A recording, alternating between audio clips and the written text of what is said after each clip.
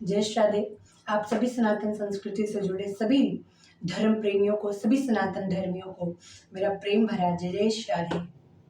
बंधुओं, आज बड़ी अच्छी चर्चा को लेकर आप सभी के बीच में मध्य मैं आया हूँ, क्योंकि देखिए आजकल की यूथ, आजकल के जनरेशन की सबसे बड़ी एक प्रॉब्लम है, सबसे बड़ी परेशानी है कि वो भगवान से बहुत कुछ मांग लेते हैं। अपनी आवश्यकताओं से ज़्यादा इंसान भगवान से बहुत कुछ मांग लेता है, लेकिन इस पर सदैव संतजन यही कहते हैं कि भगवान से कुछ मांगने से अच्छा है क्यों ना हम भगवान को ही मांग लें।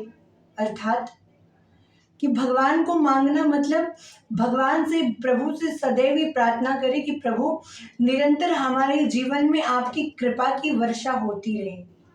ये जो मेरा मन है सदैव आपके चरणार बिंदु में लगा रहे, और इससे ज्यादा क्या चाहिए।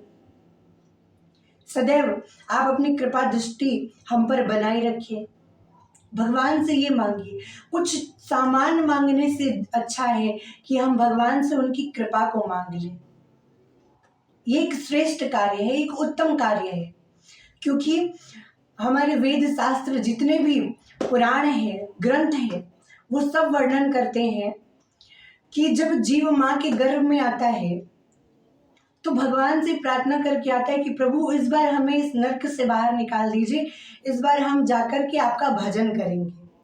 और जैसे ही जीव इस दुनिया में आता है, जैसे तो तुरंत उसको माया व्याप्त हो जाती है, उसको माया घेर लेती है, और आगे धीरे धीरे करके फिर वो भगवान का भजन करना भूल जाता है, भगवान का भजन नहीं करता है, और भगवान से अपनी आवश्यकताओं के लिए वस्तुएं प्राप्त करना चाहता है।